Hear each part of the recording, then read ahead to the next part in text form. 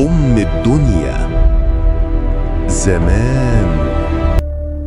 بص كده على المشهد ده، تماثيل ضخمة محفورة في الجبل من أكتر من 3000 سنة. ده معبد أبو سمبل، تحفة فرعونية على ضفاف النيل. القاعة دي كانت مركز الاحتفالات والطقوس، كل عمود محفور بعناية، وكل نقش بيحكي حكاية عن القوة والإيمان عند الفراعنة. التمثال ده مش مجرد حجر، ده شاهد على ذكاء المصريين القدامى.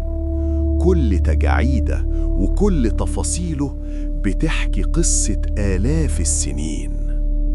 أعظم سر في المعبد، الشمس مرتين في السنة بتنور وشوش التماثيل جوه، يوم ميلاد رمسيس ويوم تتويجه، كأنها رسالة من المصريين القدامى للزمن كله.